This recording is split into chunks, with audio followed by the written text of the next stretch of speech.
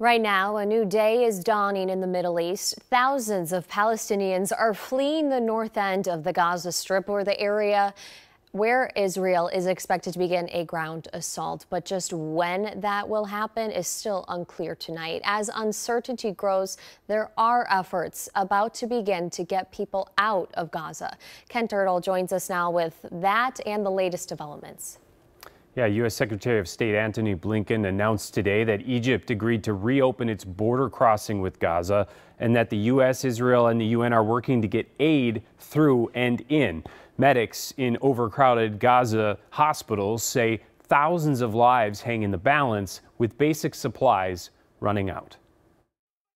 Continued Israeli airstrikes on Gaza this weekend, following the Hamas terrorist attacks a week ago, have now amounted to some of the deadliest fighting for both sides. The Gaza Health Ministry stating that nearly 2,700 Palestinians have now been killed, while more than 1,400 Israelis, mostly civilians, have died. And now Israeli defense forces say they're ramping up for, quote, significant ground invasions. We are trying now to move the civilians so that they will not be hurt.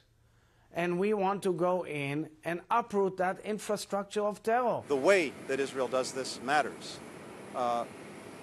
Needs to do it in a way that affirms the shared values that we have for human life and human dignity. That's a concern shared by Israelis with family members who remain missing or held hostage in Gaza. On Sunday, they asked Prime Minister Benjamin Netanyahu to explore all options to track down their loved ones. It's the first meeting he's had with the families, and details weren't made public. But the Prime Minister has said he's working for the safe return of an estimated 120 people still being held prisoner by Hamas. That also includes a handful of Americans. Meanwhile, tonight, a chartered plane carrying 270 Americans landed in Florida. Governor Ron DeSantis greeted the passengers, who are among thousands of U.S. citizens stranded in Israel after U.S. airlines canceled flights in the wake of the Hamas attacks last week. DeSantis signed an executive order on Thursday to begin chartered flights to bring Floridians home. President Biden did the same on the federal level on Friday.